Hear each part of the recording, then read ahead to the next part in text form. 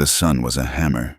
It beat down on the Wyoming territory, beat down on the endless dirt track that passed for a road, and beat down on Clara Wynne. She had stopped walking hours ago. Now, she just stumbled. The lace on her wedding dress, the one her mother had sewn with such small, hopeful stitches, was ripped.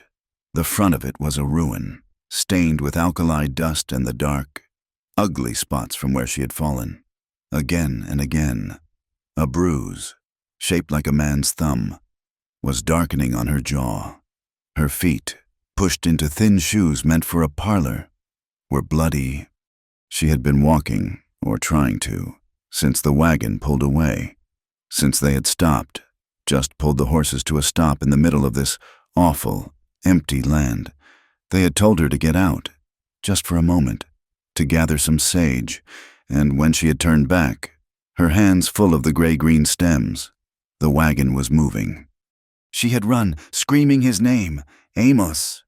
They had laughed. She saw them, all three of them, Amos, his father, his brother, just sitting on the wagon bench, looking back at her. Not angry, just indifferent, as if she were a piece of furniture they had decided they no longer needed. Then they had flicked the reins, and the mules picked up speed. The dust cloud they raised had swallowed her. That was yesterday, or maybe this morning. The sun had burned all sense of time from her mind. Now, there was only the heat and the thirst and the shame. The shame was the worst part. It was a physical sickness in her belly. "They left me," she whispered. Her voice was a dry crackle. The words meant nothing out here. The wind snatched them and tore them to pieces. There was no one to hear, nothing but the buzz of insects and the vast, cruel blue of the sky. She fell to her knees in the dust. It was over. She was 19 years old, a bride of 2 days, and she was going to die here, in her torn dress, like a stray dog. She put her face in her hands, but she had no tears left. She was as dry as the land. She stayed like that for a long time, a small, broken thing in the middle of nowhere. Then she heard it. Not a wagon, something else. The steady, slow clip-clop of a single horse. Clara raised her head.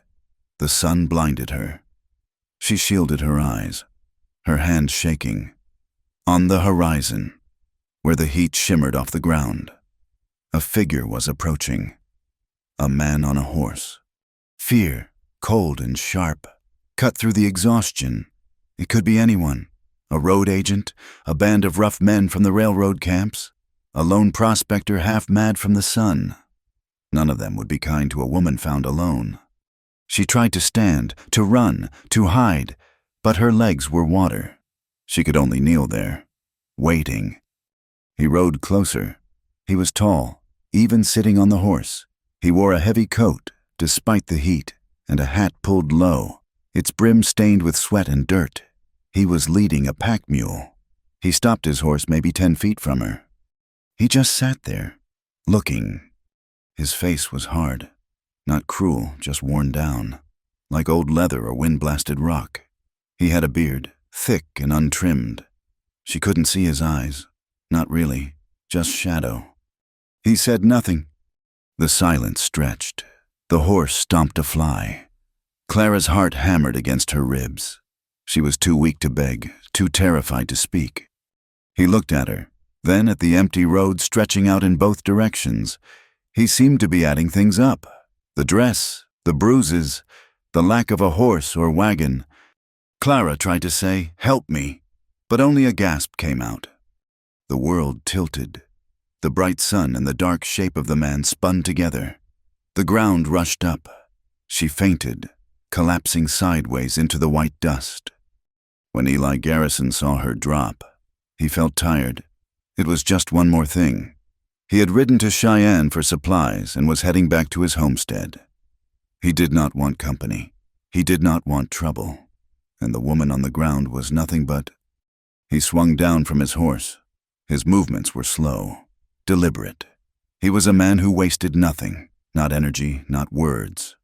He stood over her for a moment. She was young, had been pretty, probably, before the sun and the crying had swollen her face.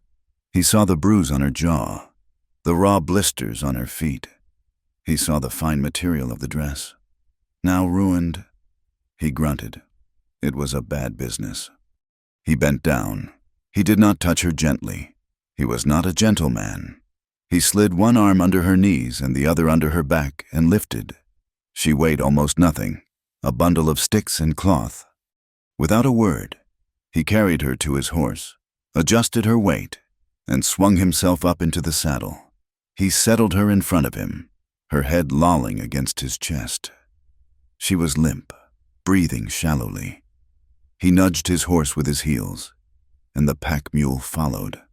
He turned off the main road, heading deep into the hills. She woke and slept. She dreamed of wagon wheels turning, of laughter. She felt the rumble of a horse's chest and the hard arm that held her steady. She smelled dust and sweat and pine and something metallic, like old iron. When she woke for good, the world was dark. For a moment, she was confused. She was not in the sun. She was inside, on a bed. It was not a soft bed. The mattress was stuffed with straw, crackling under her, but it was a bed. The air was cold. A wind was howling outside, a high, lonely sound that made the log walls of the cabin seem to shiver. She could hear the spitting of a fire. She turned her head. A man sat at a small table, his back to her. Eli, the man from the road. The cabin was tiny. One room, a fireplace at one end, a table, 2 chairs, shelves on the wall, and the bed she was in. His bed. Panic seized her. She was in his bed. Her dress was gone. She was wearing a man's shirt, rough cotton, far too large. It smelled of soap and wood smoke. He had undressed her. She tried to bolt upright, but a wave of dizziness hit her, and she fell back. He heard her. He didn't turn around. "There's water on the stool," he said. His voice was low, rough, like gravel. It was the first time she had heard it.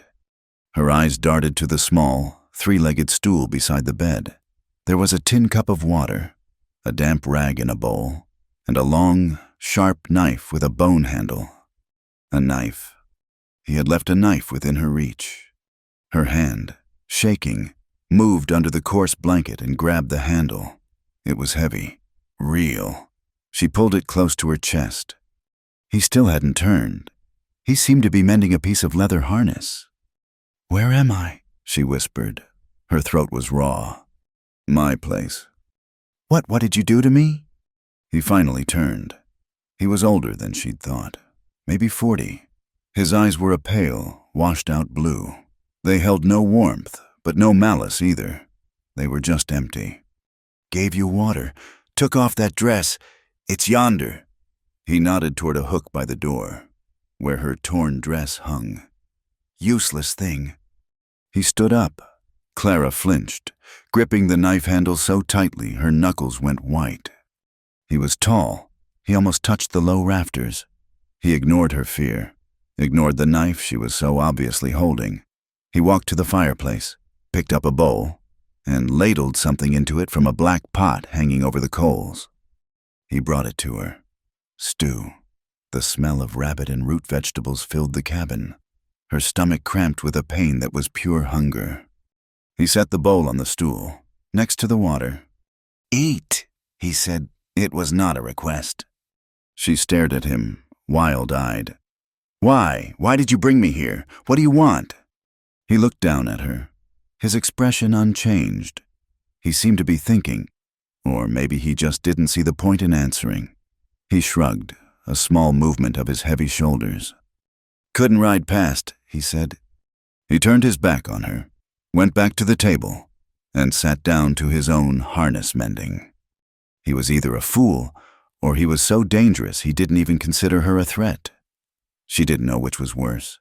She was alone with him, miles from anywhere, with a howling wind for company, a rescuer or a captor. But the stew smelled so good. She waited, listening to the scrape of his awl against the leather. He paid her no mind.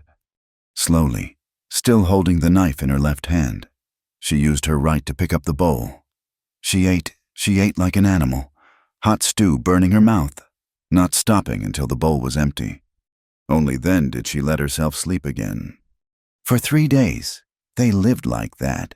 He said almost nothing. He would go out in the mornings to check traps or chop wood. He never locked her in. He left food and water.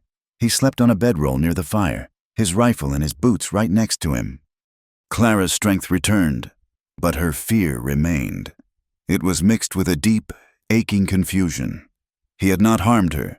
He had fed her. He had, in his own silent way, saved her. On the 4th day, she was sitting by the fire, wearing the too large shirt and a pair of wool trousers he had left for her. "I have to get to a town," she said. He was cleaning his rifle, the pieces laid out on an oily rag. "Which one?" I don't know." The shame washed over her again. "I was with my husband's family. We were traveling." "They left you," he said. It wasn't a question. He had seen the road. He knew. Clara nodded, her face burning. "We were married 2 days before. A rushed wedding." She had to give him something. She couldn't be a total mystery. "His family, they didn't approve of me. I thought he loved me." The words sounded childish. She stopped. She would not say more. She would not tell this stranger about the wager, about the laughter. She would not tell him she wasn't really married at all. Eli squinted down the barrel of his rifle. He gave no sign that he'd heard, except that he'd stopped wiping. "People do harm," he said to the rifle, and that was all. He told her nothing of himself. His life was in this cabin, but he was not. The place was scrubbed clean, but it was cold. There were no pictures, no letters, no books, just tools, traps, guns, and the basic things to keep a man alive. But outside, she saw it. From the one small, grime-covered window, she could see a spot behind the cabin, under a twisted pine, a small mound of rocks, cleared of weeds, a wooden marker, gray and weathered. One letter was carved into it, M. She wondered about M, a wife, a mother, a child. The grave explained the silence. It explained the emptiness in his eyes. This wasn't a home. It was a place to wait. The weather turned. The howling wind brought a storm. A real Wyoming gully washer. Rain hammered the sod roof for 2 days, turning the world outside into a sea of gray mud. They were trapped. The small cabin seemed to shrink. The silence, which had been vast, now felt tight and suffocating. Clara felt she had to earn her keep.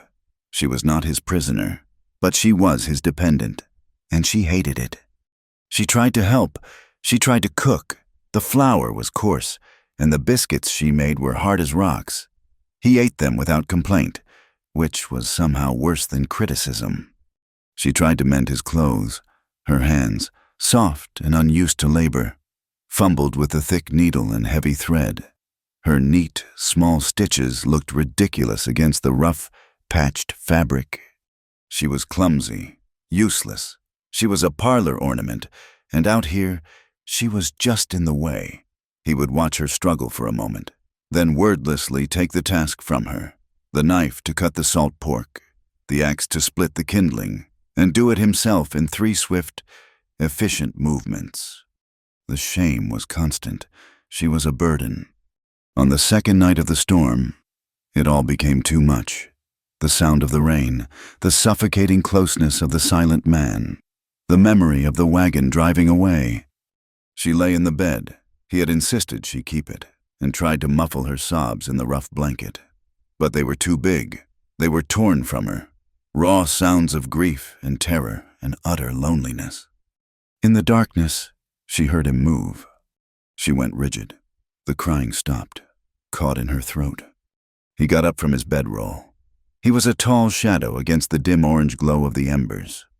He stood in the middle of the room, halfway between his fire and her bed. He just stood there. He didn't speak. He didn't move to comfort her. He just listened. She could feel his presence in the dark, a solid, unmoving thing. He stood for a full minute. She held her breath. tears streaming silently down her face. Then he turned and went back to his bedroll. The next morning, the storm had broken. The air was sharp and cold. Clara's eyes were swollen shut. She felt hollowed out.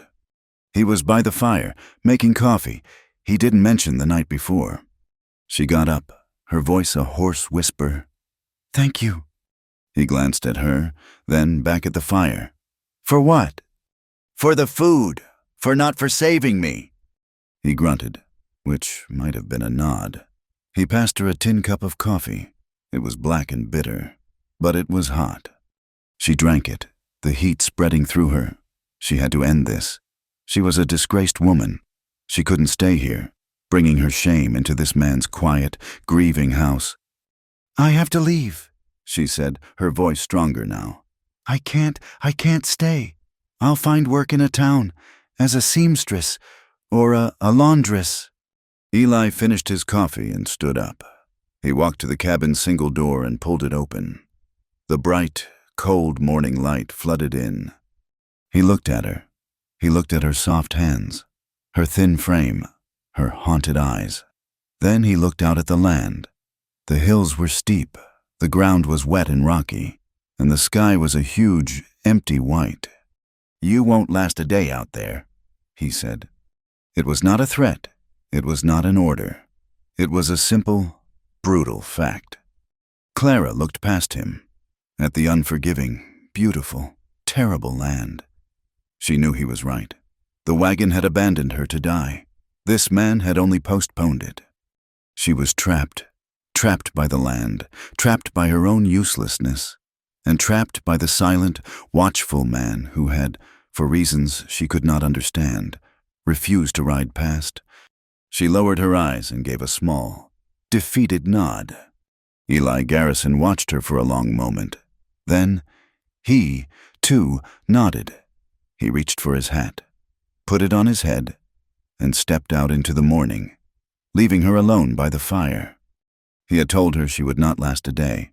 He was right. And so, because she could not leave, Clara Wynne began to stay. Staying was not resting. Staying, in Eli Garrison's world, meant work.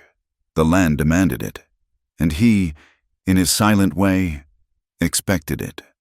At first, she was a shadow, following him, watching his hands. His hands were a map of his life, scarred, calloused, the knuckles thick, the nails broken. They were never still.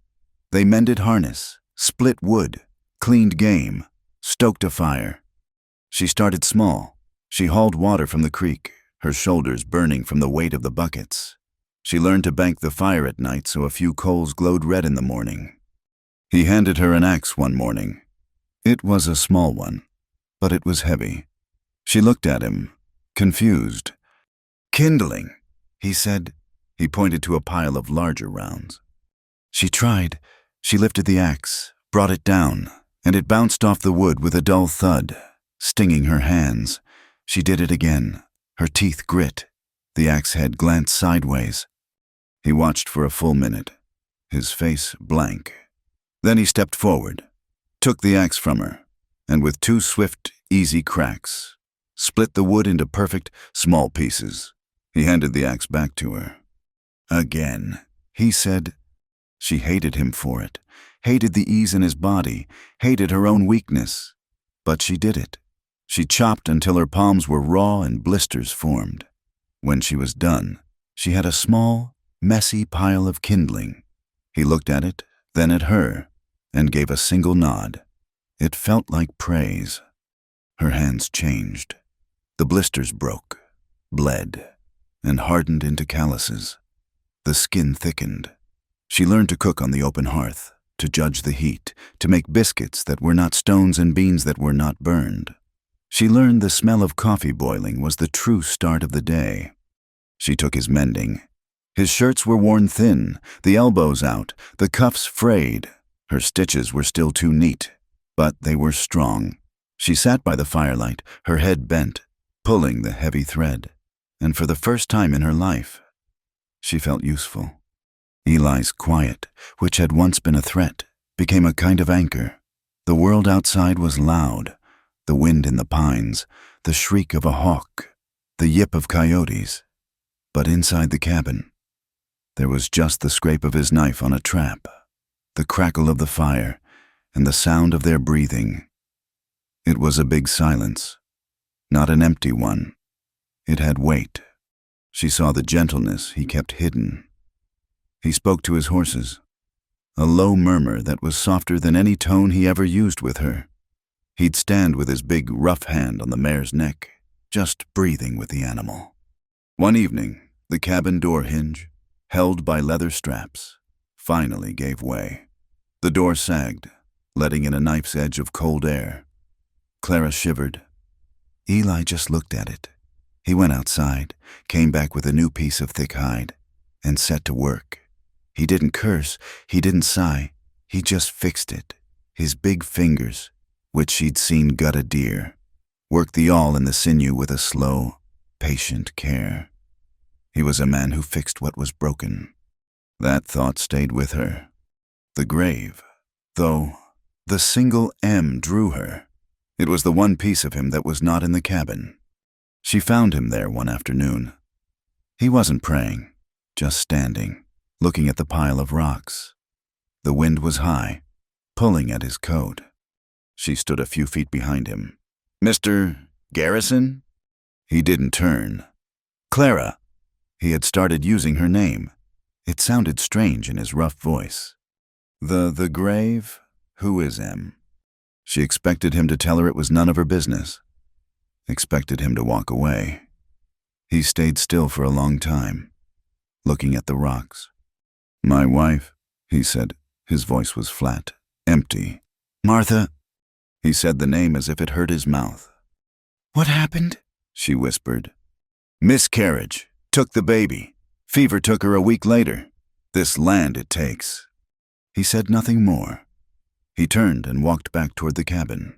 He had told her facts, not a story. He had given her the bones, but kept the heart for himself. Clara understood. She did not ask again. Weeks passed. The sharp cold of autumn was settling in. The days were shorter, the work more urgent. They needed wood, more and more wood. One afternoon, while Eli was out checking his trap lines, Clara decided to do a deep clean of the cabin. It was tidy, but it was a man's tidiness. Dust coated the high shelves. She stood on a stool, wiping them down with a damp rag. In the back corner of the highest shelf, her fingers hit a small tin box, a tobacco tin. Maybe it was light. She knew she shouldn't. It was his, but she was so starved for any sign of the man he'd been before Martha, before the war, before the silence. She opened it. Inside, there was a small, dried flower, a prairie violet, and a single photograph, a tintype. It was Eli, but it wasn't. This Eli was younger, his face thinner, unbearded. He was in a suit that looked too tight, and he was smiling. A wide, real, unguarded smile that showed his teeth. His arm was around a woman. She was small, with dark hair pulled back in thick braids. She was smiling, too, leaning into him. Martha. Clara stared at the face of the man who smiled. It was like looking at a stranger, a happy stranger. Her chest ached. She felt like a thief, looking at something so private. This was the man who had died, even though he was still walking around. She put the tintype back, put the flower on top. She closed the lid and pushed the tin box back into the deepest shadows of the shelf. She never told him she'd found it. The trust between them was growing, not in words, but in actions. He had to leave for a full day to hunt, to find something bigger to smoke for the winter. He couldn't leave her defenseless. He took her to the creek, to the spare horse. It was a mean-tempered gray mare. "You'll ride," he said. I've ridden side saddle," she said, thinking of the gentle ponies in the park back east. He grunted. "No side saddles here." He showed her how to mount, straddling the horse like a man. It felt foreign and wrong, but when she was up, the power of the animal beneath her was a shock. He led her around, then let her take the reins. "Don't fight her," he said. "Just guide her." The next day, he brought out his rifle. He set up a tin can on a fence post. "You need to know how," he said. He handed it to her. The weight of it staggered her. It was so heavy, a tool of pure iron and wood, made for one thing. "Put the stock to your shoulder," he ordered. "Tight, or it'll break your bone." She nested it against her shoulder. It was cold. "Line up the sights. Breathe out. Squeeze the trigger. Don't pull it." Her hands were shaking. She closed her eyes. "Eyes open," he said, his voice hard. "You can't shoot what you can't see." She opened them. The can seemed a mile away. She squeezed the trigger. The explosion was deafening. The rifle kicked back with a vicious, brutal force, slamming into her shoulder and sending her stumbling back. She screamed, dropping the gun. Her shoulder was on fire. "I told you to hold it tight," he said, but he wasn't angry. He picked up the rifle. Again. "I can't," she cried, tears of pain in her eyes. "You can." He stepped behind her. He didn't touch her, not really, but he was just there, a wall of warmth at her back. "Hold it tight. Be part of the gun, now." She did. She held it so tight her knuckles were white. She breathed out, lined up the sights, and squeezed. The explosion came. The kick was just as hard, but this time she was ready. She stumbled, but she didn't fall. She had missed the can by a foot. "Again," he said. She shot until her shoulder was a deep, throbbing bruise. She never hit the can, but she stopped being afraid of the gun. That night, a cold wind battered the cabin. The fire was roaring. They had eaten, the silence comfortable. Eli pulled a dark bottle from his supply box. Whiskey. He poured a splash into his tin coffee cup. He held the bottle out to her. She hesitated, then held out her own cup. He poured a small amount in. She added water, but the smell was still sharp. She sipped. It burned all the way down, then settled in her stomach, a pool of surprising warmth. They sat, staring at the flames, the whiskey and the fire, and the small, safe room. It loosened something in her, the knot of shame she carried. Always. She spoke to the fire, not to him. "Do you think I'm used up?" The word hung in the cabin. It was the word women whispered about girls like her. Ruined, spoiled, used up. It was what Amos had made her. Eli didn't move. He didn't look at her. He just stared into the fire, his cup in his hand. The silence, which had been a comfort, suddenly turned to ice. He wasn't answering. Of course he wouldn't. He was a good man. Maybe a widower. He wouldn't lie. And the truth was, she was a cold, sharp hurt, worse than the rifle's kick, pierced her. She had been a fool to ask. She stood up, her cup rattling as she set it down. "I'm tired," she said, her voice thin. She turned away from him, her back stiff, and climbed into the bed, pulling the blankets up to her ears. She lay there, facing the wall, and did not cry. When she woke, the cabin was gray with the early light. He was gone. His rifle was gone. His coat was gone. He was checking his traps. She sat up. Her shoulder ached. Her heart ached more. She felt the sting of his silence like a slap. Then she saw it. On the table, folded into a neat, perfect square, was a dress. It was not her ruined wedding dress. It was dark blue wool, plain, with a simple white collar. It was clean. It looked sturdy. She touched it. The wool was thick, but soft. It was a woman's dress. It had to have been Martha's. He must have kept it, packed away in a chest. He had gotten it out for her. He hadn't answered her question. He had given her this. It was not a no. It was something else. It was his way of saying she was not that torn, stained thing hanging by the door. She was not used up. She was just here, and she needed clothes. Clara stripped off the big, borrowed shirt and trousers, and pulled the dress over her head. It fit. It was a little short in the arms, but it fit. She felt whole. She felt solid. A few days later, they heard a noise that wasn't the wind, a rattle of harness, the braying of a mule, a visitor. Eli went to the door, his hand resting near the pistol he kept tucked in his belt. "It's just Silas," he said, and his hand moved away. A man on a mule, leading two more, rode into the small clearing. He was a trader. He was small and greasy, with a beard stained yellow with tobacco. "Garrison!" he yelled, his voice too loud for the quiet hills. "Got your salt and your cartridges!" He swung down from the mule. "Nothing much new. Railroads pushing west. Armies fighting the Sioux up north. Same old, same old." He stopped when he saw Clara. She was standing in the doorway, her hands clasped. The blue dress made her look proper. Silas's eyes, small and quick, ran up and down her body. A slow, wet grin spread across his face. "Well, well," he said, his voice dropping to a leer. "Where'd you dig this up? Garrison, getting lonely out here, are we? Found yourself some company." Eli stood like stone. Silas took a step closer to Clara. "How much, Garrison?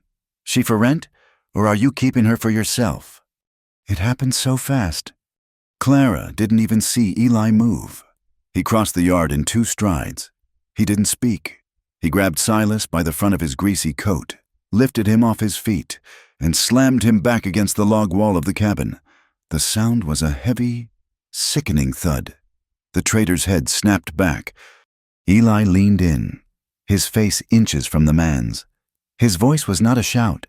It was a growl, a sound from deep in his chest. "She's not for sale." He held him there for a long, terrible second. Silas's eyes were wide with terror. Then Eli dropped him. The trader crumpled to the ground, coughing and spitting.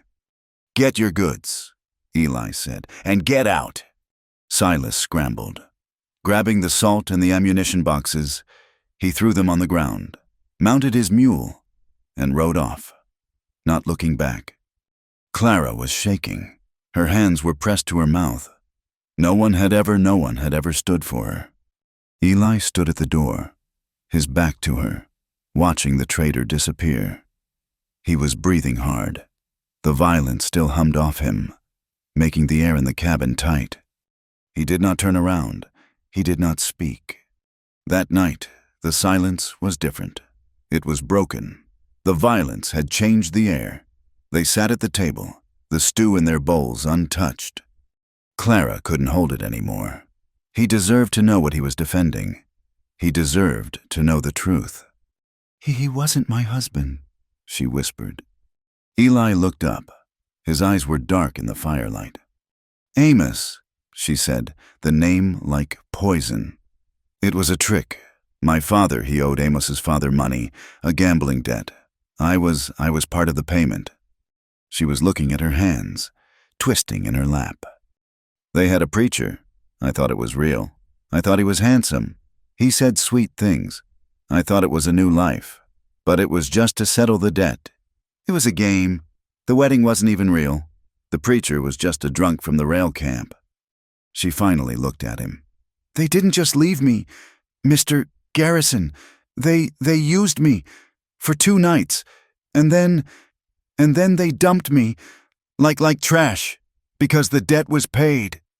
She waited for the disgust, for him to look at her the way Silas had, for him to tell her to get out. Eli just sat there. He listened. His face did not change. There was no pity, no anger, no judgment. He just saw her. He saw all of it, all the dirt and the shame, and he did not look away. That was what broke her, the lack of judgment. Her lip trembled. A single hot tear rolled down her cheek and fell onto her hand. She made a small, choked sound. He reached across the small table.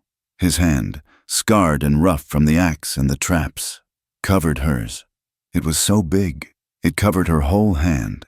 It was calloused and strong and unbelievably warm. It was just a touch. But it was everything. It was an anchor in the storm that was her life. She looked at their hands, his dark, rough skin against her pale, shaking one. "I don't want to be alone again," she whispered. It was the truest thing she had ever said. He said nothing, but he didn't move his hand. When it was time for sleep, she went to the bed, her body aching with the confession.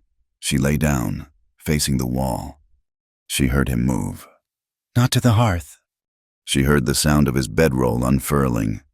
On the floor, right next to her bed. He lay down. She could hear the straw in his mat rustle as he settled. He didn't touch her. He didn't speak. But he was there, 2 feet away, a solid, breathing presence in the dark. She listened to the sound of him breathing, slow and steady, just warmth, just breathing, just stillness.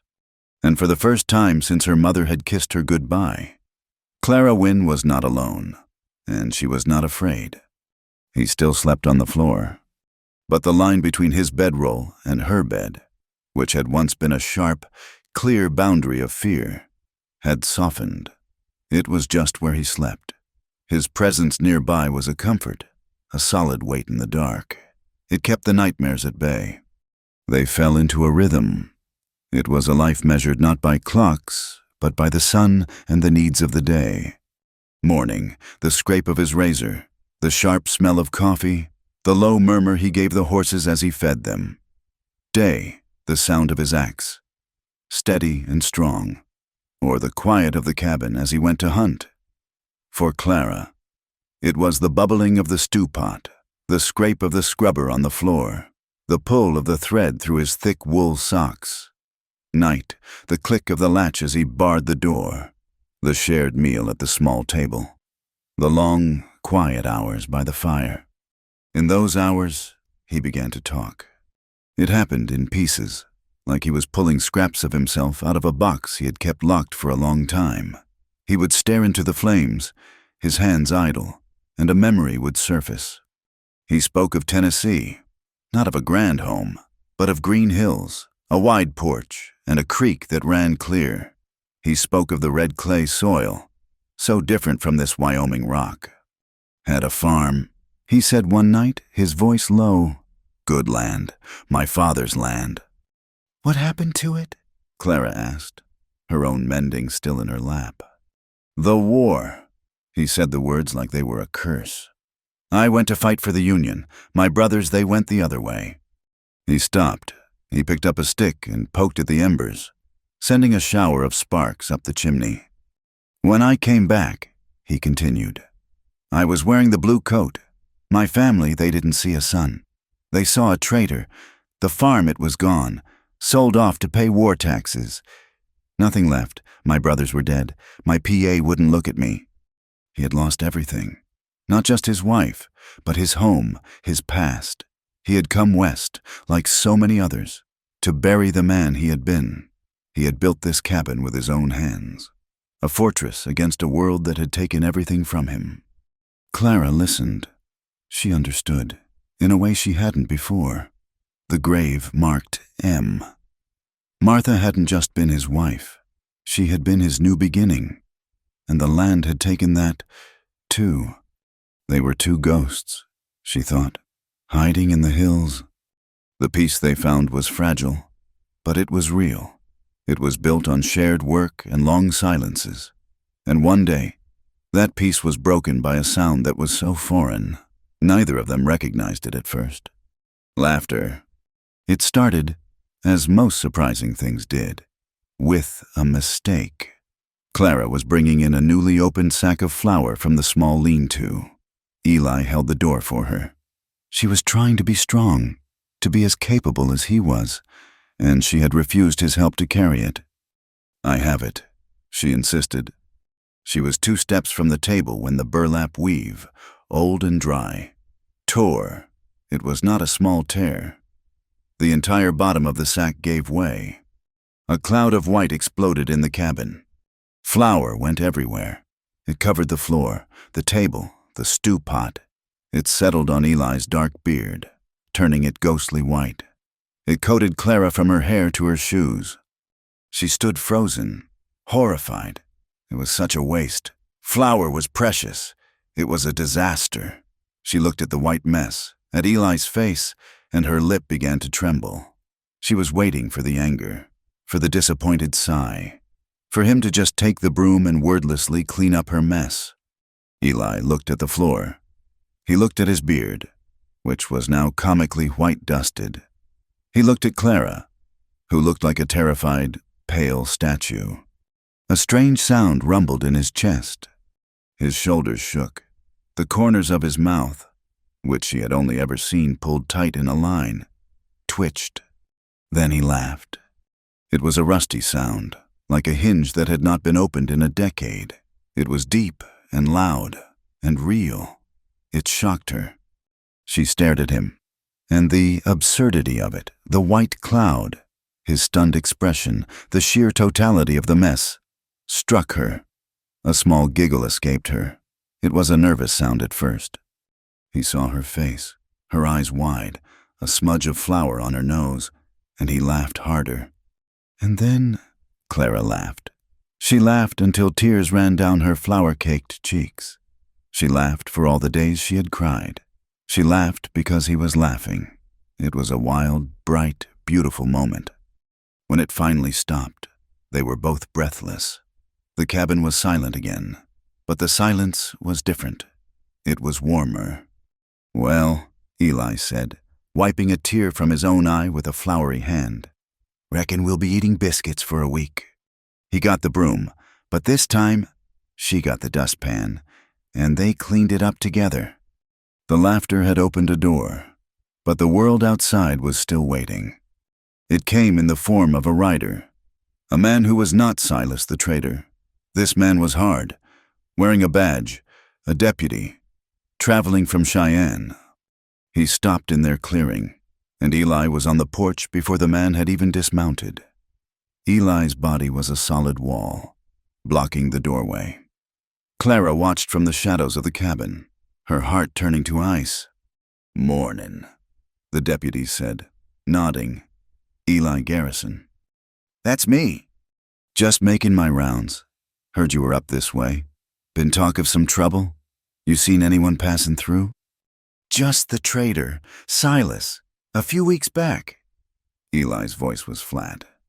The deputy squinted, looking past Eli, trying to see into the darkness of the cabin. "That's so. We're looking for a woman, a runaway bride. Name of well, she'd be using her maiden name now. Clara Wynne." Clara stopped breathing. She ran off from her new husband's family, down near the rail line. The deputy continued, spitting a stream of tobacco juice. "But that ain't the half of it. Seems she stole a fair bit of jewelry when she left. A gold locket, a pair of pearl earrings. Family wants 'em back, and they want her." Clara's hands flew to her throat. Stole? They were her mother's pearls. The locket was her grandmother's. They were the only things she had left. She was wearing them under the blue wool dress. "She's a thief," the deputy said, his voice cold. "And a liar. They say she's dangerous, probably trying to make her way to a town, or find some fool to take her in." Eli did not move. He did not look back at Clara. He just stared at the lawman. "Haven't seen anyone like that." "You sure? Young, pretty, in a pale sort of way. Brown hair." "I'm sure," Eli said. "This is hard country. A woman like that wouldn't last long." The deputy grunted. He didn't seem convinced. "Well, if you do, you send word. There's a reward." "I'll keep it in mind." The deputy turned his horse, gave one last long look at the cabin, and rode away. Clara sank onto the stool. Shaking so hard her teeth chattered, he was gone. But he had been here. They were looking for her. They hadn't just left her to die. They were hunting her. They were hunting her as a criminal. Eli came inside, barring the door. The sound of the heavy wooden bar sliding into place was usually a comfort. Now, it sounded like a trap. He turned to her. She couldn't meet his eyes. He lied," she whispered, her voice ragged. The locket, the pearls, they were my mother's. They were mine." "I know," Eli said. She looked up, stunned. You didn't believe him?" "Clara," he said, and her name in his mouth was a sharp, clear sound. "They left you to die in the dirt. A man who does that will do anything. He'll lie. He'll steal. He'll hunt." He paused. "I don't believe them." She burst into tears. Not the loud, keening sobs of that first night. These were silent, hot tears of relief and terror. He had believed her. But the peace was gone. The cabin was no longer a refuge. It was a place to hide. The next day, Eli was grim. "We're low on salt and cartridges, and you need a coat. Winter's comin'." "Go? You'll go?" she asked, panicked. "We'll go," he said. "They'll be watching the towns. They'll be watching for me. Now, they won't be watching for a man and his wife." His wife. He gave her a name. "You're Mrs. Cole. From up north. We're just coming in for supplies." She put her hair up under an old hat of his. He gave her a heavy canvas coat that smelled of him, of pine, and smoke, and iron. They rode to the town. It was not Cheyenne. It was a smaller, rougher settlement called Laramie. It took them half a day. Eli on his horse, Clara on the gray mare. Eli never spoke, but his eyes never stopped moving. He scanned every ridge, every cluster of rocks. The town was a shock. After the silence of the hills, the noise was a physical blow.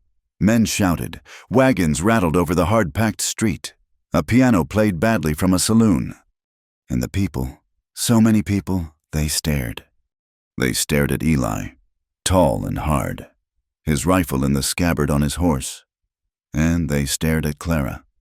She had forgotten what it was to be looked at. The women, mostly. They looked at her plain dress, her calloused hands, the man's hat pulled low. They looked and they judged. She walked beside Eli, her head down, trying to make herself small. "Keep your head up," he murmured, his voice low. "You belong with me. Act like it." She forced her chin up. They walked toward the general store. A woman in a stiff black dress, carrying a basket, was walking toward them. As she passed, her eyes raked over Clara. She saw the worn dress, the man's hat. Her face twisted in disgust. The woman turned her head and spat on the boardwalk, just inches from Clara's feet. Clara flinched as if she'd been struck. The woman said nothing. She just pulled her skirts aside and walked on. Clara stopped, the shame hot and suffocating. She was a painted woman, a whore. That's what they saw. That's all they would ever see. Eli's hand touched her back, a firm, solid pressure. "Walk," he said. She walked. She walked into the general store, her body numb, her eyes burning. The store smelled of pickles, and cloth, and tobacco. It was dim inside. A few men were standing by the stove, laughing. Eli went to the counter to talk to the proprietor, rattling off his list. Clara stood by the door, trying to be invisible. And then she heard it. A laugh. It was not Eli's laugh. It was not the rusty, surprised sound of the flour. This laugh was high and easy and cruel. She knew it. She knew it in her bones. She turned her head, slowly. He was there, standing by the stove with the other men, Amos. He looked the same, handsome. His hat was pushed back. His hair was clean. He was wearing a good coat. He looked well-fed and happy, a cigar in his hand. He was telling a story, and the other men were hanging on his every word. He hadn't seen her. He was laughing, not 10 feet away from her. The man who had taken her and used her and left her for dead was buying tobacco and laughing with his friends. The store shrank. The air grew thin. She couldn't breathe. The sound of his laughter was a physical pain, a spike in her ears. She made a sound, a small, strangled gasp.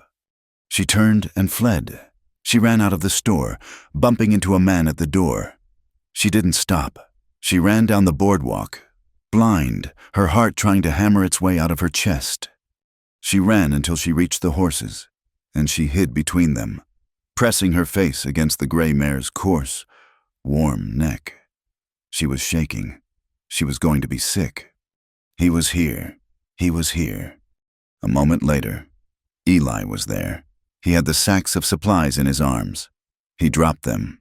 He looked at her, then back at the store. He understood. His jaw was tight. A muscle jumped. His eyes, usually so empty, were now full of something cold and hard. He looked like he wanted to kill. "Clara." I can't," she gasped, shaking her head, her face still hidden against the horse. "I can't. Take me back. Please, Eli, take me home." He looked at the saloon, at the laughing men inside. He looked at her. Without a word, he loaded the supplies. He helped her onto the mare, and they rode out of town, fast. They didn't speak the whole way back. Clara rode hunched over. The image of Amos's laughing face burned into her mind. When they got back to the cabin, she didn't go inside. She slid off the horse and ran. She ran to the small, cold barn where the horses slept. She hid in the hay, in the dark, in the smell of animals and old straw, and she sobbed. She sobbed for her stupidity, for her shame, for the woman who spat at her, for the man who had laughed. The barn door creaked open. A tall silhouette blocked the light. "Eli." He walked in, his boots silent on the straw-covered dirt. He found her, curled up in the corner. He didn't sit. He just stood over her. He laughed," she choked out, her voice raw. He was just laughing." She had to tell him. She had to tell him the last, worst part, the part she had hidden. "It wasn't just a debt," she whispered, pulling at the straw. "My father's debt. It was Amos. He made a bet with his friends that he could have me, that he could find a preacher and say the words and make me his, all for a wager."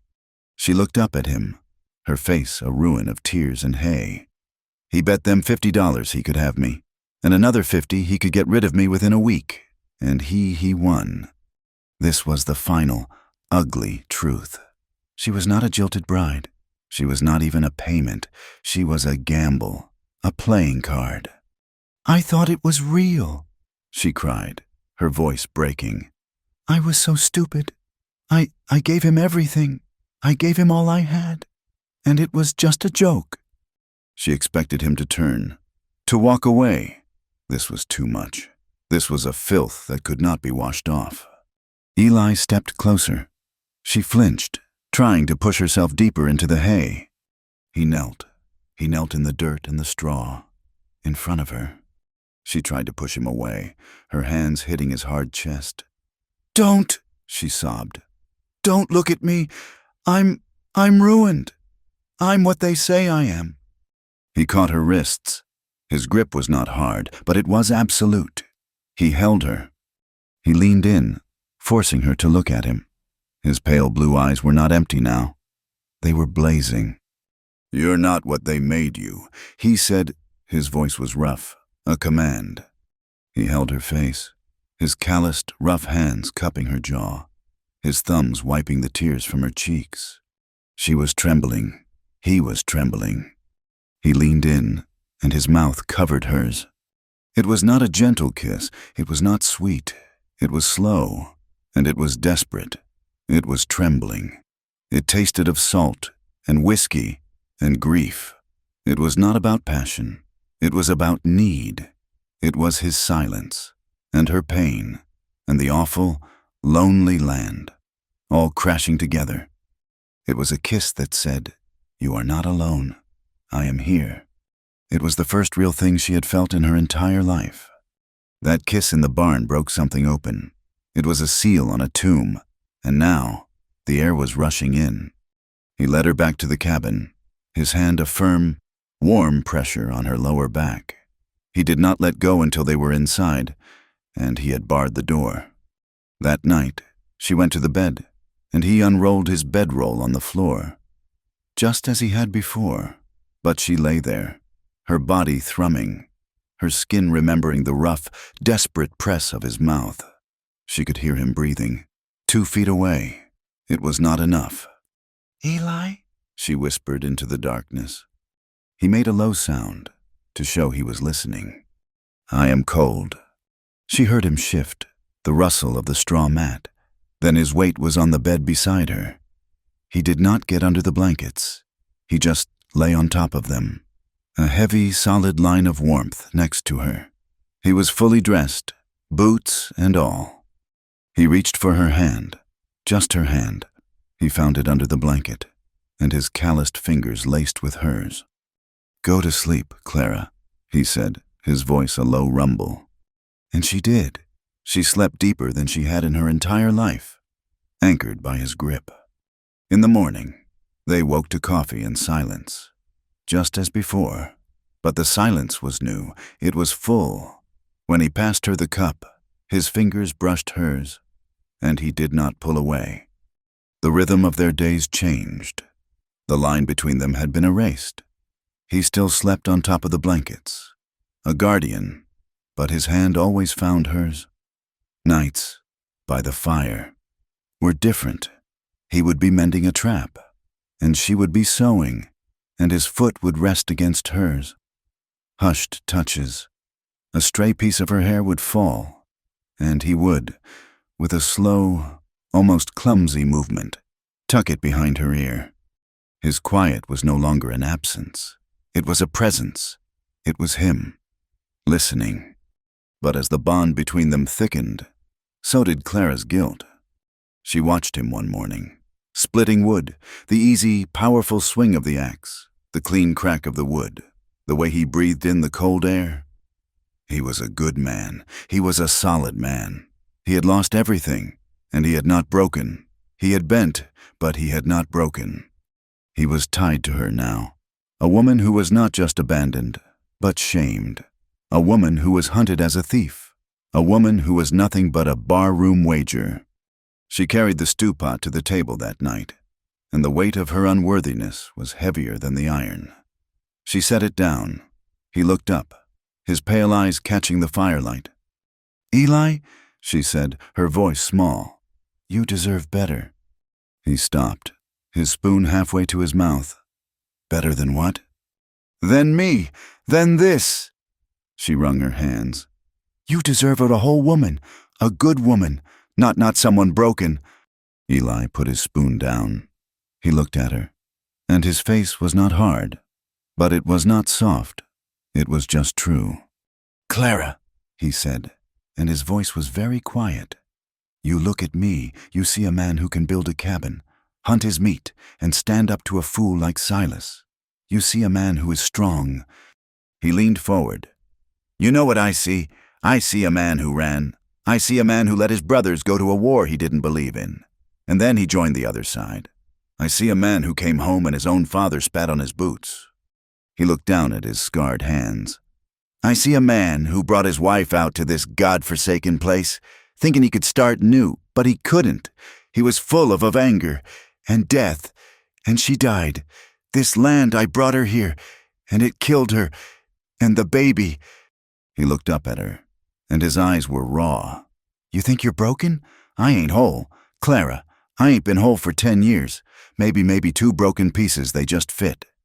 She had no words.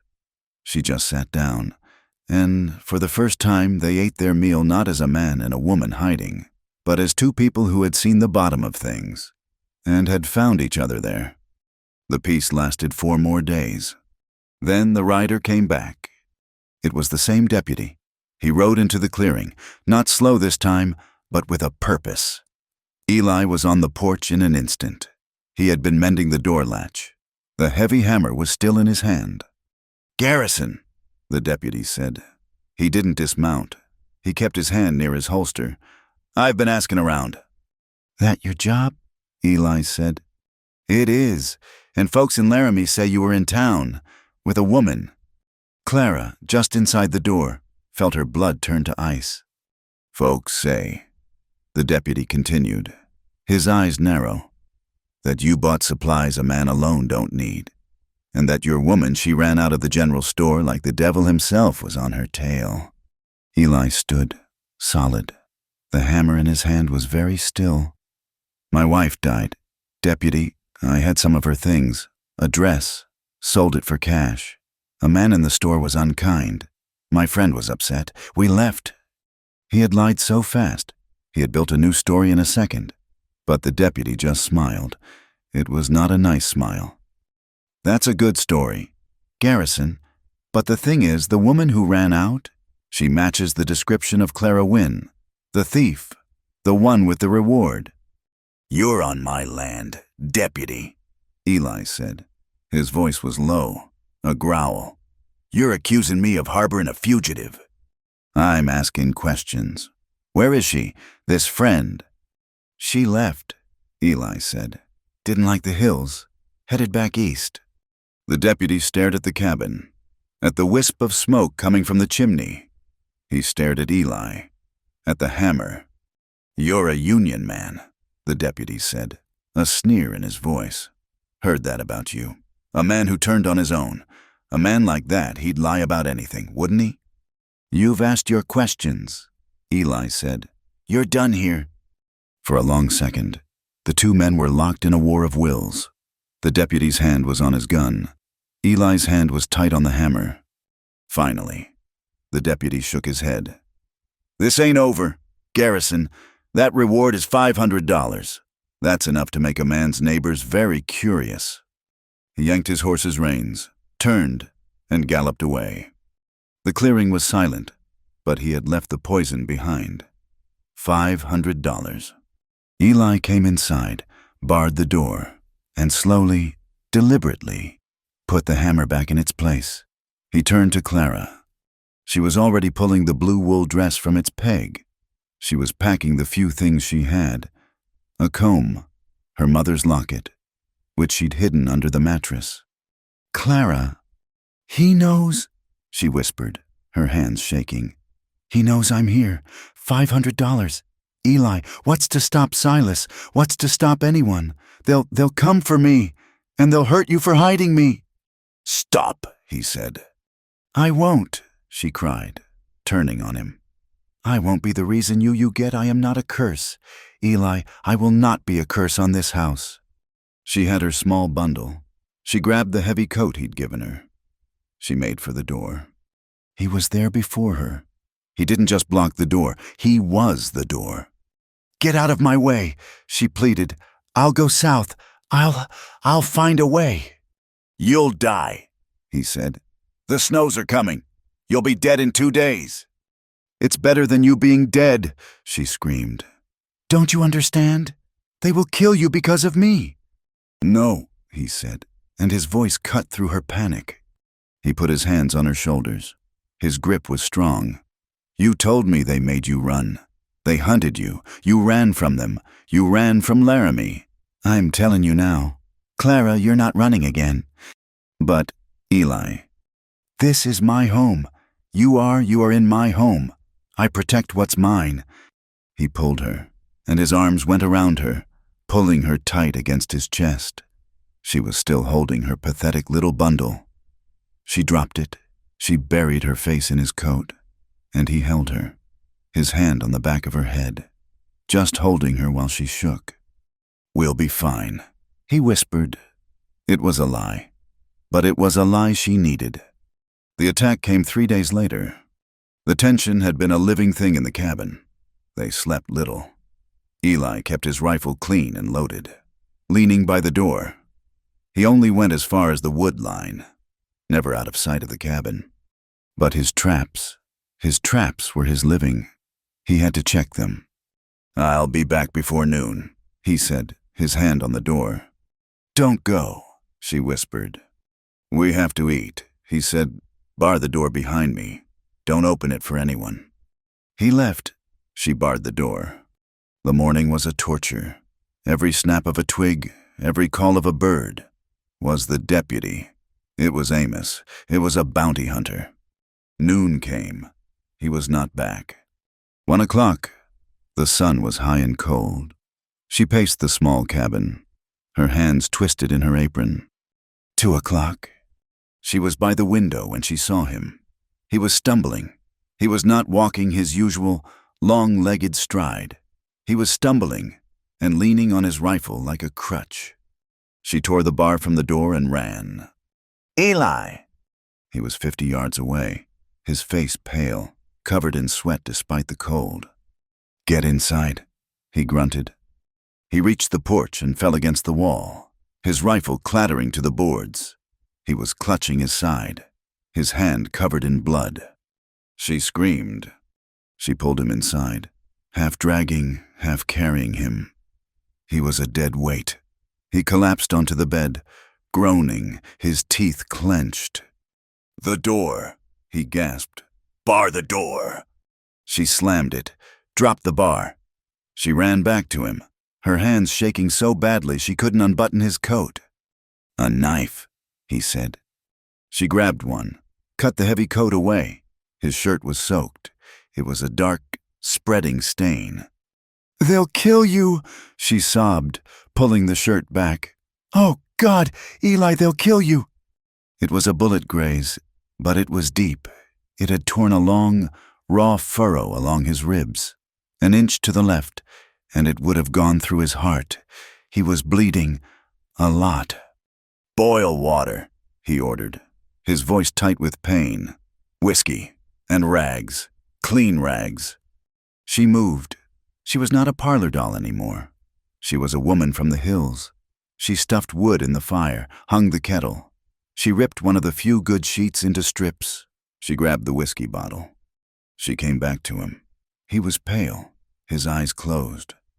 "Who?" she whispered, her voice shaking with a cold, hard rage. "Didn't see," he panted. "Just a shot, from the rocks. I fired back. He ran." It wasn't the deputy. A lawman wouldn't shoot from ambush. It was a hired man. It was Amos. "This is my fault," she whispered, her hands covered in his blood as she pressed a rag to the wound. "This is because of me," he hissed in pain as she cleaned the wound with the raw whiskey. "Clara!" he gasped, his eyes snapping open. He grabbed her wrist. His grip was weak, but it was desperate. "In Tennessee," he panted, the pain making his voice sharp. I lost everything. The farm, my brothers, they died hating me." He was breathing hard, his eyes fixed on her. "Then, Martha, I lost her. I built this place to be empty, to be done." He squeezed her wrist. "And then you fell in the road, and I... His voice broke, but it was not from pain. It was from something else. "I lost everything once," he confessed, the words torn from him. "I won't lose you, too, Clara. I won't." She stopped. The rag was still in her hand. He had said it. He had said what he had never been able to say. She was not a burden. She was his. She worked all night. She cleaned the wound.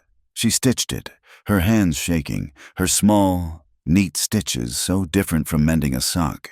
He was in and out of consciousness. He had a fever. She did not sleep. She sat by the bed, replacing the cold cloths on his forehead, forcing water between his lips. When the fever was at its worst, he began to mutter about the war, about blue coats and smoke and a name. "Martha?" Clara held his hand, and she did not cry. She whispered. She whispered stories from her girlhood, not the bad things, the simple things. "We had a garden," she whispered, her voice a soft, steady murmur in the dark room. "Back in Ohio, it was small, but my mother, she could grow anything. We had sweet peas. They climbed a white fence, and the smell in the morning, it was like hope." She talked for hours, about a cat she'd had, a yellow one named Butter, about the sound of the ice wagon in the summer. Simple, clean things. She was pouring her own past, her own small, unbroken memories, into him, trying to push the fever, and the death, and the war, back down. When the gray light of morning came, the fever had broken. He was sleeping, really sleeping. His breathing was even. She sat back, her body one solid ache of exhaustion. She looked at the man in her bed, the man who had taken a bullet for her. The deputy was right. They couldn't hide. Running was over. Hiding was over. When he woke, his eyes were clear. He looked at her. "Clara," he rasped. "I'm here," she said. She gave him water. He drank. He looked at the bandage on his side. He looked at the barred door.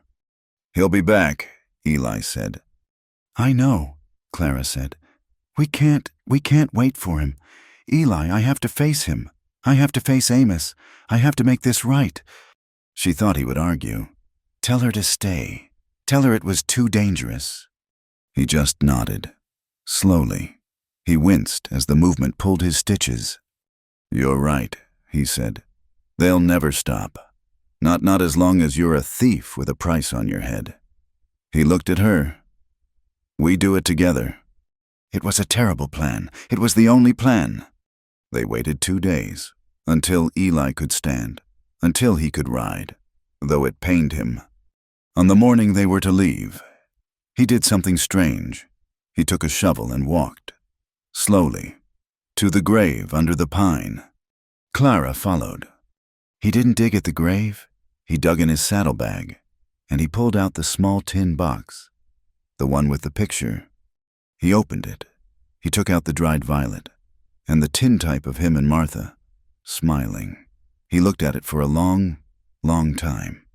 Then he took out the last thing, a thin, simple gold band, Martha's ring. She was a good woman," he said, his voice thick. "She deserved better than this. Better than me." Clara put her hand on his arm. He looked at the ring, then at Clara. She wouldn't want you hunted. She wouldn't want this." He didn't bury it with her. He dug a new, small hole, just beside the grave. A separate place. He put the ring in the hole, and the dried flower, and the tintype. He covered them with dirt. It was a second funeral. It was a funeral for his grief. He turned to Clara. His face was pale from the wound, but his eyes were clear. "She'd want you to wear your own," he said. It was not a proposal. It was a promise of a life, if they could win it. Clara wept, silently. She did not weep for Martha, or for him. She wept because, for the first time, she felt what it was to be truly and wholly chosen. He took her hand. "Come on," he said. "We have a snake to kill." The ride back to Laramie was a journey into the lion's mouth. Eli was stiff in the saddle. He was pale, the skin stretched tight over his cheekbones, and he rode leaning just a little to his good side. He had a fresh bandage on his ribs, but Clara knew it was bleeding. She knew every jolt of the horse was a stab of pain. They rode close, close enough that their knees brushed, close enough that her hand, resting on the pommel of her saddle, sometimes touched his. It was a small contact, just the scrape of her glove against his, but it was an anchor. It was the only thing that kept her from turning the gray mare and fleeing back to the hills. He had his rifle in the scabbard, in easy reach. His pistol was on his hip. He looked like a soldier going into battle. His eyes never stopped moving. He scanned every ridge, every wash, every shadow. He was a man hunting for the hunter. Clara was not the woman who had run from this town. She was not the woman who had cried in the hay. The fear was still there, a cold stone in her belly. But now there was something else, a hard, cold anger. They had shot him. They had tried to kill the one person in the whole world who had shown her kindness. They had made it her fault, and now she was going to make them answer for it. The town was as loud as she remembered, the clang of a blacksmith's hammer, the rattle of a freight wagon, the shouts of men. They rode down the main street, two silent, grim figures, and the town quieted as they passed. People stopped. They saw Eli, his face a mask of pain. They saw Clara, her face pale but her eyes burning. They saw trouble coming. They stopped their horses in front of the saloon. The sound of the piano, tinny and fast, spilled out onto the street, along with the same smell of stale beer, sweat and sawdust, and laughter. That same easy, cruel laugh. Amos. Eli swung down from his horse. It cost him. Clara saw him bite back a groan, his hand flying to his side for just a second. He stood, breathing hard, leaning on the horse. He looked at her. "You are sure, Clara?" She nodded. She slid off the mare. Her legs were shaking, but she stood. "I am sure." He reached for her hand. His grip was tight, his palm rough and hot with fever. "Together," he said. He pushed open the swinging doors. The saloon went quiet. Not all at once, but in a slow wave, as men turned from the bar, from their card tables, to look at the two people standing in the doorway. The piano player hit a wrong note, then stopped. The smoke was thick, burning her eyes. And he was there, at a table in the back, a fan of cards in his hand, a pile of chips in front of him. "Amos?" He looked up, his eyes lazy, annoyed at the interruption. Then he saw her. His mouth fell open. Surprise. Then his eyes narrowed. He looked at Eli, saw the man's hard face, the hand holding hers, and he smiled. It was a grin of pure, ugly amusement. He thought this was a joke. He thought she had come back to him, with some ragged trapper in tow. Eli's hand gripped hers, so tight it hurt. That grip was the only thing holding her to the floor. She took a step, and another. He walked with her, his boots heavy on the wooden planks. They did not stop until they were standing at Amos's table. His friends, the men she had seen him with at the store, looked up, their faces hard and curious. "Amos," she said. Her voice did not sound like her own. It was a dry, shaking thing. He leaned back in his chair, still smiling. "Well, I will be.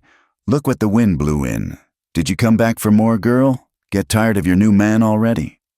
You told them I was a thief," she said. The smile on Amos's face widened.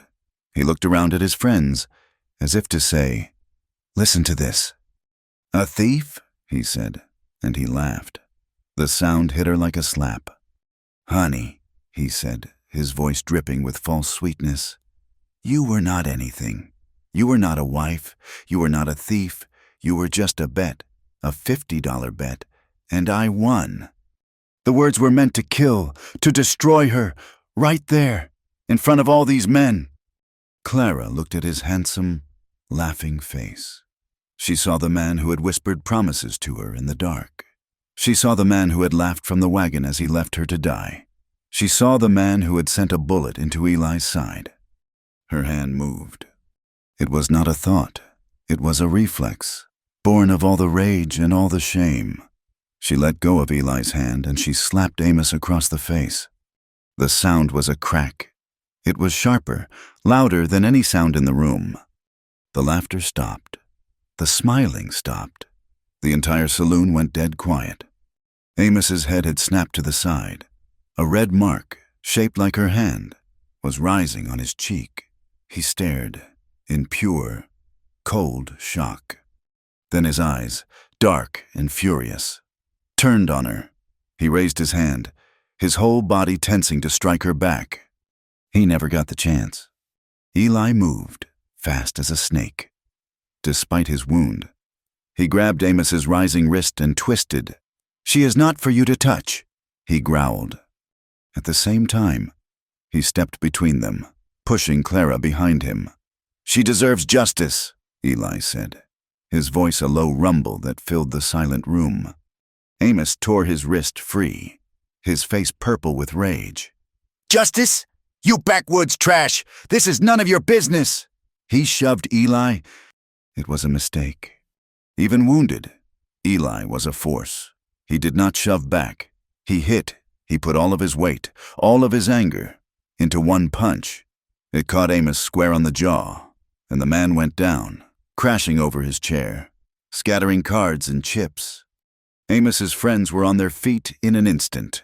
"This ain't your fight, old man," one of them snarled, and he lunged at Eli. Eli met him, but he was slow, his bad side.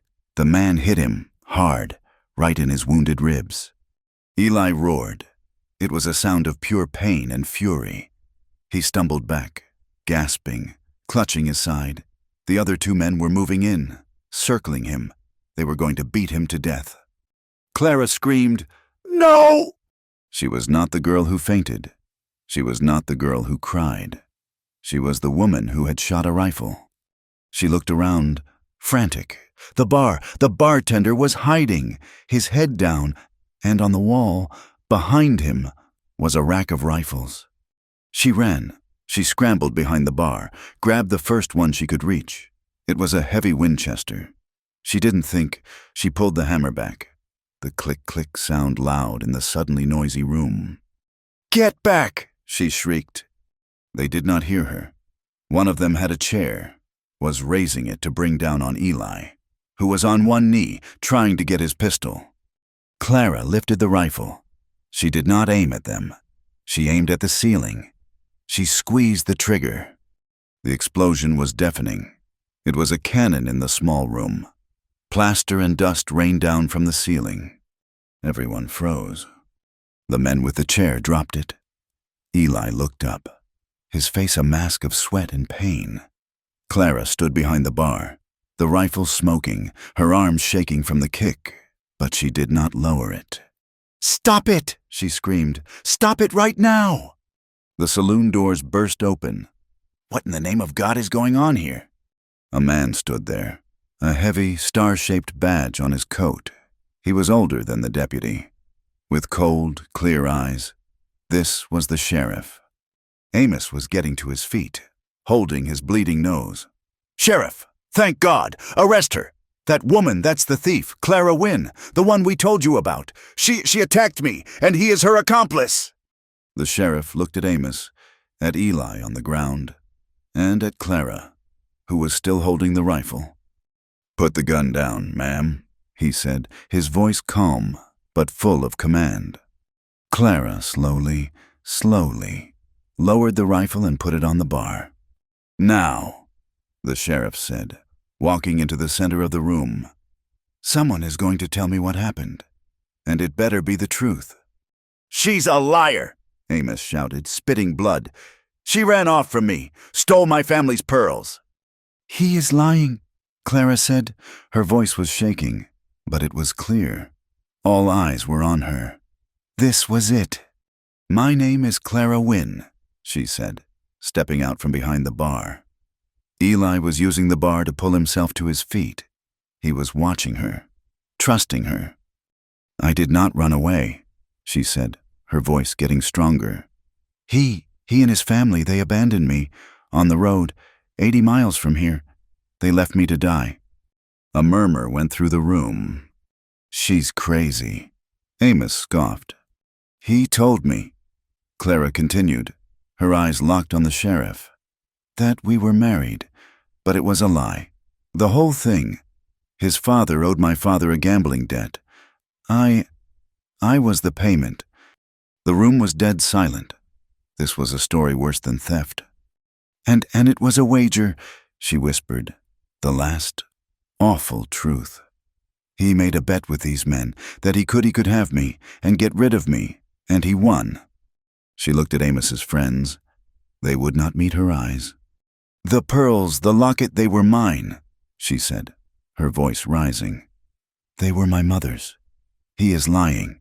He is lying about all of it. He left me for dead, and when I did not die, he sent a man to kill him." She pointed at Eli. "For protecting me. He was shot 3 days ago, from ambush." Amos was pale. This is nonsense. She is hysterical. She has no proof." It was her word against his, and he was a man with money, and she was nothing. He is not lying about that part." The voice came from the doorway, small and greasy. It was Silas, the traitor. He was standing by the swinging doors, wringing his hat in his hands. He looked terrified. The sheriff turned. "What did you say, Silas?" Silas looked at Eli, who was now standing, his hand pressed to his side, his pale eyes fixed on the traitor. Silas looked at Clara. He seemed to be measuring who he was more afraid of. He chose Amos. I seen him. Silas stammered, his eyes on the floor. In Cheyenne, a month back, Amos and his PA. They was at the saloon bragging. Bragging about what? The sheriff demanded. About a bet, about a girl, about taking her out and then dumping her on the road. They thought it was the funniest thing. They laughed about it. Amos's face crumpled. You snake-bellied. That is enough. The sheriff's voice boomed. He looked at Amos, his face a mask of pure, cold disgust. A wager? He turned to Clara. Ma'am, this preacher he used. Was he a real circuit preacher? Clara shook her head. He was a drunk from the railroad camp. They paid him with a bottle. The sheriff nodded. Grim. Then there was no marriage. It was invalid. Which means, ma'am, you were never his wife. You were a hostage. He looked at Amos. And as for the theft, you are accusing this woman of stealing her own property. Property you failed to take from her when you left her to die? The sheriff stepped toward Amos, who shrank back. You and your family, the sheriff said, his voice low and dangerous, are filth. This woman has been slandered, assaulted, and by the sound of it, near murdered. Twice. You get out of my town. You tell your father. If I see your face in Laramie again, I will arrest you for fraud, for conspiracy, and for attempted murder. Now, get. Amos did not speak. He looked at his friends, who were already melting back to their tables. He grabbed his coat. He looked at Clara, his eyes full of a new, different kind of hate. Then he fled, shoving his way out of the saloon. It was over. The room was silent. The adrenaline, the anger, the terror, it all rushed out of Clara at once. The rifle she had fired, the fight, the confession, it was too much. Her legs turned to water. She turned, walked stiffly out of the saloon, into the cold, clean air of the street. She took 3 steps onto the boardwalk, and the world went dark at the edges. She was falling. She never hit the wood. He was there, Eli. He was in agony. His wound must have been torn wide open, but he was there. He knelt as she crumpled, catching her, wrapping his arms around her as she sank to the ground. She buried her face in his coat, and her body was torn apart by sobs. They were not tears of sadness. They were tears of release. It was over. He just held her. He held her tight against his chest, his hand on the back of her head, shielding her from the curious eyes of the people on the street. He let her cry for a long time. Finally, he spoke, his voice low and rough, meant only for her. It is done. Clara, it is done. He pulled back, just enough to see her tear-streaked face. You are free now, he said. His voice was thick. That is what you wanted. You are not a thief. You are not anything they said. You are Clara Wynne. You are free to go. You can go east. You can go anywhere. He was giving her a choice. He was not a captor. He was not a rescuer anymore. He was just a man who was offering her the one thing no one else had, freedom. You are free to leave, he said, and she heard the fear in his voice, the fear of losing her, or to stay. She looked up at him, at his pale, pained face, at his clear, steady eyes. He had taken a bullet for her. He had walked into a saloon for her. He was kneeling on a dusty street, in agony for her. She touched his face, her hand shaking. They left me, she whispered. You found me. She took a shaky breath, and a small, watery smile touched her lips. I never wanted to go. Eli, she whispered. I have been home for weeks. The relief that washed over his face was the most beautiful thing she had ever seen. It was like watching the sun break through a storm. He helped her to her feet. He was unsteady, and she held him up, just as he held her. They were 2 broken pieces, fitting together. He helped her onto the gray mare. He mounted his own horse. Slowly, hissing in pain, he gathered the reins. They rode out of Laramie. They did not look back. The sun was setting. The land was not gray and empty. The sky was a vast, bruised purple, shot through with streaks of defiant orange and gold. It was not the color of an ending. It was the color of a promise. And they rode home, together. The ride home was quiet, but the silence was a soft blanket, not a heavy stone. Eli was weak, and he rode with his teeth clenched, but his hand found hers, and he held it as they let the horses walk the last mile. Life in the hills did not pause for their victory. It did not care that they had faced down a villain, or that Eli had a fresh, angry wound in his side. The land still demanded its due. Winter was coming. The wind had a new edge, a sharp, cold tooth. They had to work. Clara tended his wound, but she also tended the homestead. She split the kindling now, her swing clumsy but effective. She hauled the water. She banked the fire. He sat, propped up at the table, his face pale and tight, and he mended every piece of harness, every strap, every tool, his hands working with a slow, pained deliberation. He was a bad patient. He hated the stillness, but he watched her. He watched her grow into the woman of this cabin. He watched her hands, no longer soft, stir the pot. He watched her shoulder, strong now, as she carried the wood, and a different kind of quiet settled over him. Not the quiet of loss, the quiet of peace. As he healed, they began to build. Spring came, a miracle of pale green against the gray rock. Eli was strong again, the scar on his ribs a white, puckered line. "We need a garden," Clara announced one morning. He had never bothered. He was a trapper, a hunter.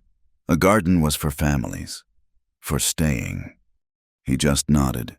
He broke the hard, rocky soil with a pickaxe, his muscles straining, clearing a patch of land near the creek. She followed behind him, breaking up the clods of dirt with a hoe, her hands and back aching. It was the hardest work she had ever known. He bought seeds in Laramie. He went alone, and no one bothered him. Amos and his family were gone, their reputation ruined. They planted, side by side, beans and corn and hardy squash. When the first green shoots pushed up through the soil, Clara knelt and touched one, a tiny, perfect leaf. She looked at Eli, her face bright with a kind of wonder he had not seen before. He did not smile, but he reached out and touched her hair. They fixed the roof, a summer storm, a real high-country gusher, found a weak spot, and water poured onto the floor. In the old days, Clara would have cried, and Eli would have just endured it. Now, he climbed onto the roof in the rain, yelling at her to pass him the patch. She was soaked, handing up the strip of tarred canvas, and the wind nearly tore it from her hands. "This is madness!" she yelled up at him, the rain streaming down her face. He hammered it in, the sound dull in the roar of the storm. He looked down at her, his hair plastered to his head, a grin so faint it was almost not there. "Reckon it is," he yelled back. And they laughed, standing in the mud, soaked to the bone, with the sky trying to tear their house down. They laughed. The laughter stayed. Word of them spread, not as the trapper and the fallen woman, but as the Garrisons. One day, a rider came, hard, his horse lathered. It was not a deputy. It was a homesteader from 10 miles over. He was frantic. "It's my boy," he gasped, seeing Eli on the porch. He took a fall. His arm, it ain't right." Eli looked at Clara. She paled. I don't know." "You set my ribs," Eli said, his voice calm. "You stitched me. You know more than you think." She went. She rode the gray mare, her small bag of herbs and clean rags bouncing on her side. She set the boy's arm, her hands shaking, but her voice calm, just as her mother had taught her. She made a sling. She left a balm for the bruising. 2 weeks later, the man returned. He had a sack of flour and 2 cured hams. He did not give them to Eli. He handed them, his head bowed, to Clara. Mrs. Garrison," he said. We thank you." She became known. When Silas the trader's wife was taken with childbirth fever, it was Clara they sent for. She sat with the woman for 3 days, cooling her with rags, forcing broth down her throat, until the fever broke. She was not the woman at Garrison's place. She was Clara, the healer. She had earned a name. She had earned respect. And in doing so, she had given Eli back his... He had watched her. He had watched her ride out, her back straight, to face sickness and pain. He had watched her return, tired, but not broken. She was whole. She had made herself whole. One afternoon in the late fall, she found him behind the cabin. He was not at Martha's grave. He was sitting on a log, a large, smooth piece of pine across his knees. He was carving. She sat beside him. He did not stop. His knife moved with a slow, sure purpose. He was carving letters. She watched him for an hour. It was not a new grave marker. It was something else. When he was done, he stood. He looked at the old, weathered M that had stood alone for so long. Then he took the new piece of wood and he set it in the ground, right next to the first one. It did not say Martha. It did not have a date. It said one word: forgiveness. He was not forgiving Martha. He was not forgiving the land. He was forgiving himself. He was letting go of the man who had run, the man who had lost, the man who had hidden in grief. He put his arm around Clara's shoulders, and they stood there, looking at the two markers, the end of a life and the end of a morning. That night, the first snows were just a rumor in the air. The cabin was warm. The fire crackled. Eli was reading a week-old newspaper from Cheyenne. Clara was mending his heavy coat. The silence was a deep, comfortable thing. She put the coat down. She had been quiet all evening, a different kind of quiet.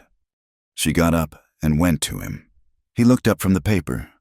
She took his hand, his big, scarred, calloused hand. She did not say a word. She lifted it, and she placed it on her belly. He stilled. His eyes searched hers. They were wide, afraid, hopeful. "Eli," she whispered, her own voice unsteady. The month has passed, and I feel different. I think maybe..." He stared at her hand, which was covering his, holding it flat against her. A baby, a new life, in this place, in this hard, cold, taking land. He did not smile. He did not shout. The man who had seen a baby and a wife go into this ground, he could not. He just nodded, a slow, single nod. His eyes were shining, a film of bright water. He stood up, his other hand coming up to cup her face. He pulled her to him, his hand still on her belly, and he just held her. He buried his face in her hair, and his shoulders shook.